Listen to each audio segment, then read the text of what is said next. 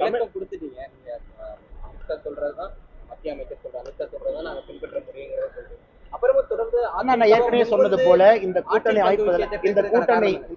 அமைத்ததுல என்னுடைய பங்கு இல்லை அப்படின்னு தான் நான் சொல்லியிருப்பேன். ஸோ எங்களுடைய தரப்புல சம்பந்தப்பட்ட தலைவர்கள் பேசுவாங்க. என்னுடைய முடிவுல நான் உறுதியாத்தாங்க நான் இருக்கேன். நான் எப்பவுமே முடிவை மாற்றியது கிடையாது. 2021 அரசியல் நிலைப்பாடு எதற்காக பாரதிய ஜனதா கட்சி தொண்டராக இருக்கின்றனோ அந்த நிலைப்பாடில் எந்த மாற்றம் இல்லை. அதே நேரத்தில் ஒரு விஷயத்தை நாம் புரிந்து கொள்ள வேண்டும். இன்னைக்கு தமிழகத்துல திராவிட முன்னேற்ற கழகத்தை நாம் பதவியிலிருந்து அகற்ற வேண்டும் என்கின்ற ஒற்றை நோக்கில் பயணித்துக் கொண்டிருக்கிறோம்.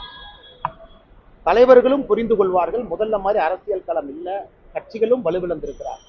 ஒரு கட்சி தனிப்பட்ட முறையில அவங்க மெஜாரிட்டியோடு ஆட்சி அமைக்க முடியுமா எனக்கு தெரியலீங்க, தெரியாது.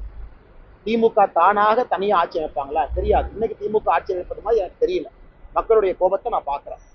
அதே போல எந்த ஒரு கட்சியும் தனியாக ஆட்சி அமைக்க முடியுமா? அல்ல கூட்டணி எல்லாம் சேர்த்து பலமாக எல்லா கட்சியினுடைய தொண்டர்களையும் உழைக்க வைத்து அதன் மூலம் ஆட்சிக்கு வர முடியும். அது 1980, 90, 2000 தமிழகம் அல்ல. 2024 தேர்தலே ஒரு சாட்சி. 2024 பாராளுமன்ற தேர்தல் ஒரு சாட்சி. எந்தெந்த கட்சியினுடைய வாக்கு சதவீதம் எவ்வளவு என்பது எல்லோருக்குமே தெரியுங்க. ஆனால் நான் யாரையும் குறைத்து மதிப்பிடவில்லை. அதே நேரத்தில் மற்ற கட்சிகளும் இன்னொரு கட்சியை குறைத்து மதிப்பிட வேண்டாம் என்றுதான் சொல்லுகின்றேன். இது பரஸ்பரம். எல்லா கட்சியும் இன்னொரு கட்சியை சகோதரத்துவமாக பார்க்கும் பொழுது எல்லா கட்சிகளும் இன்னொரு கட்சிக்கு உதவி பண்ணுவாங்க. இதை பொறுத்த வரைக்கும் சகோதரத்துவமாக எல்லோரும் வளர வேண்டும், எல்லோரையும் வளர்த்தி செல்ல வேண்டும் என்பதுதான் இதுல நோக்கம், இதுல எண்ணம். அதனால இதுல தேவையில்லாத விஷயங்களை நான் பேச வேண்டாம் என்று நினைக்கின்றேன். அது பேசினாலும் அது தவறு. காலம் இருக்கிறது, காத்திருங்கள். அதே நேரத்தில் அது யார் சம்பந்தப்பட்ட தலைவர்கள் பேசியிருந்தார்களோ அவர்களுடைய பொறுப்பு, அதற்கு காத்திருக்கும்.